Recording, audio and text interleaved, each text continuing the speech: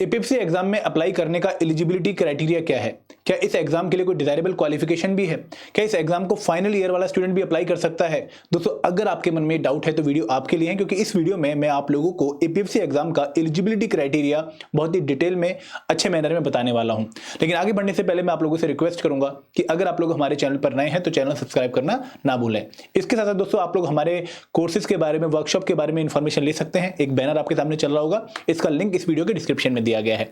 तो हम बात करते हैं APFC examination, assistant provident fund commissioner examination के एलिजिबिलिटी क्राइटेरिया की रिगार्डिंग कि भाई यहां पर क्या कंडीशन है जिसके बेसिस पर आप लोग इस एग्जाम के लिए अप्लाई कर सकते हैं, और कौन सी ऐसी चीजें जो आप लोगों को ध्यान में भी रखनी चाहिए।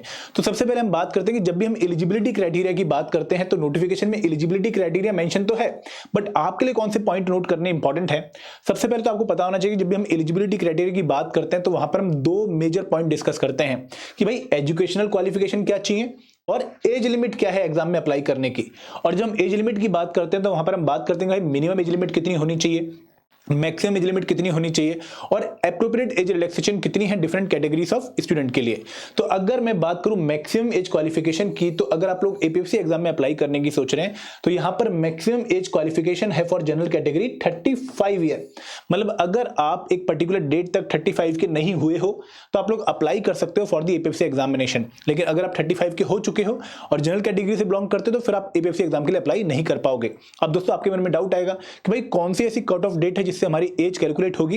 तो मैं आप लोगों को बता दूं कि जब ये एग्जामिनेशन 2023 में हुआ था तो वहां पर 25 फरवरी को एग्जाम की नोटिफिकेशन आई थी, और जो क्लोजिंग डेट थी एप्लीकेशन फॉर्म भरने की वो थी 17 मार्च 2023, और नोटिफिकेशन में मेंशन था कि भाई 17 मार्च 2023 को closing date of application form को अगर कोई बच्चा 35 का हो चुका है तो वो एपीएफसी एग्जाम के लिए अप्लाई नहीं कर पाएगा अगर वो जनरल कैटेगरी से बिलोंग करता है।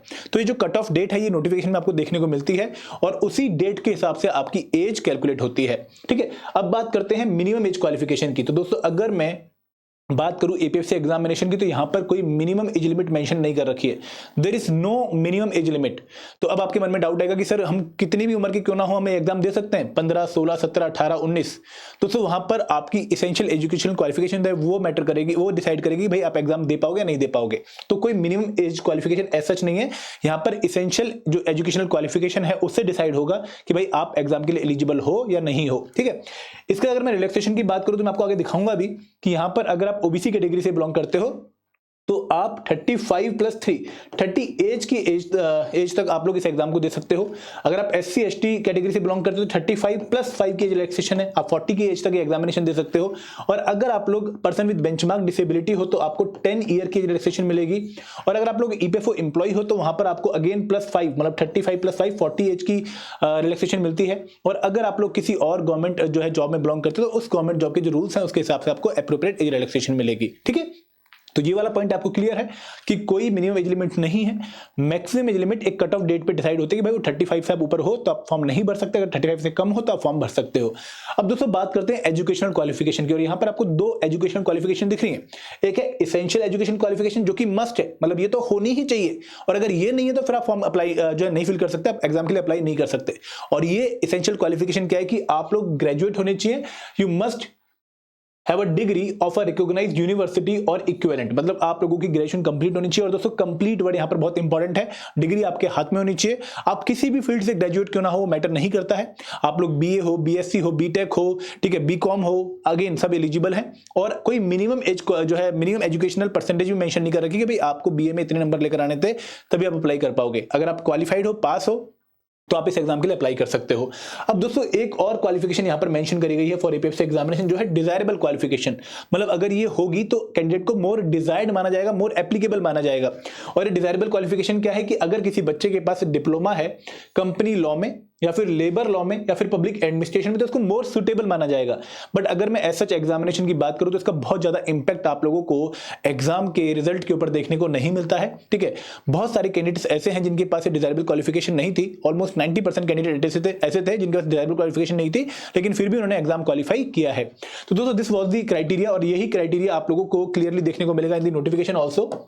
जब आप नोटिफिकेशन पे जाते हैं तो वहां पर भी आपको इसी तरीके से पूरा जो है क्वालिफिकेशन मेंशन देखने को मिलेगा कि भाई किस तरह से आपको जो है 35 मैक्सिमम एज लिमिट होनी चाहिए आपकी। क्वालिफिकेशन अगेन यहाँ पर मेंशन कर रखी है, इसेंशियल और डिजायरेबल दोनों। तो ये पॉइंट आप लोगों ने नोट कर लेने हैं। और जैसे मैंने आपको बताया कि एज रिलैक्सेशन भी अप्रोप्रिएट आप लोगों को दी गई है, ठीक है। अब दोस्तों एक और डाउट आता है कि क्या फाइनल ईयर का स्टूडेंट इस एग्जाम के लिए अप्लाई कर सकता है? नहीं दोस्तों, पिछली बार आरटीआई रिप्लाई में क्लियरिटी से हमें पॉइंट मिल गया था कि भाई अगर आप लोग फाइनल ईयर में हो तो आपकी डिग्री कंप्लीट नहीं हुई है, आपकी ग्रेजुएशन कंप्लीट नहीं हुई है, तो you are not eligible to compete in the APFC examination. जिन लोगों की डिग्री उनके हाथ में है, जिनकी ग्रेजुएशन कंप्लीट हो चुकी है, सिर्फ वही इस एग्जाम के लिए अप्लाई कर पाएंगे। तो ये पॉइंट अगेन आपको क्लियर होना चाहिए। तो this was all the information regarding the eligibility criteria. अगर कोई भी आपका डाउट है आप कमेंट सेक्शन में मेंशन करिए, मैं वहां पे आपके डाउट रिजॉल्व कर दूंगा, ठीक है। दोस्तों एग्जाम जल्दी होने वाला है, आप लोगों को पता है कि भाई नोटिफिकेशन कभी भी आ सकती है, तो प्रिपरेशन शुरू कर दो। अगर आप एक कोर्स के थ्रू प्रिपेयर करना चाहते हो तो हमने 3 डिफरेंट कोर्सेज आप लोगों के लिए लॉन्च कर रखे हैं, जिनमें सबसे पहले है मास्टर कोर्स, जो कि कंप्रेहेंसिव कोर्स है, जहां पे हमने हर एक कंपोनेंट को अच्छे से कवर किया है। Then there is test series plus, उन लोगों के लिए जिनका जीएस और क्यूआरई प्रिपेयर्ड है लेकिन स्पेशल कंपोनेंट में दिक्कत आती है। और टेस्ट सीरीज उनके लिए जिनकी प्रिपरेशन ऑलमोस्ट डन है, लेकिन वो टेस्ट सीरीज के थ्रू अपनी प्रिपरेशन को जांचना चाहते हैं, परखना चाहते हैं। तो ये सारे कोर्सेज हमने आपके लिए डिजाइन किए हैं। आप लोगों को अगर इनमें एनरोल करना है तो लिंक डिस्क्रिप्शन में है। और दोस्तों प्लीज अच्छे से पढ़ाई स्टार्ट कर दीजिए, क्योंकि ये जो मौका है, गोल्डन चांस जो है आपके पास, इसको आप लोगों को मिस नहीं करना है। Thank you very much. जय हिंद, जय भारत।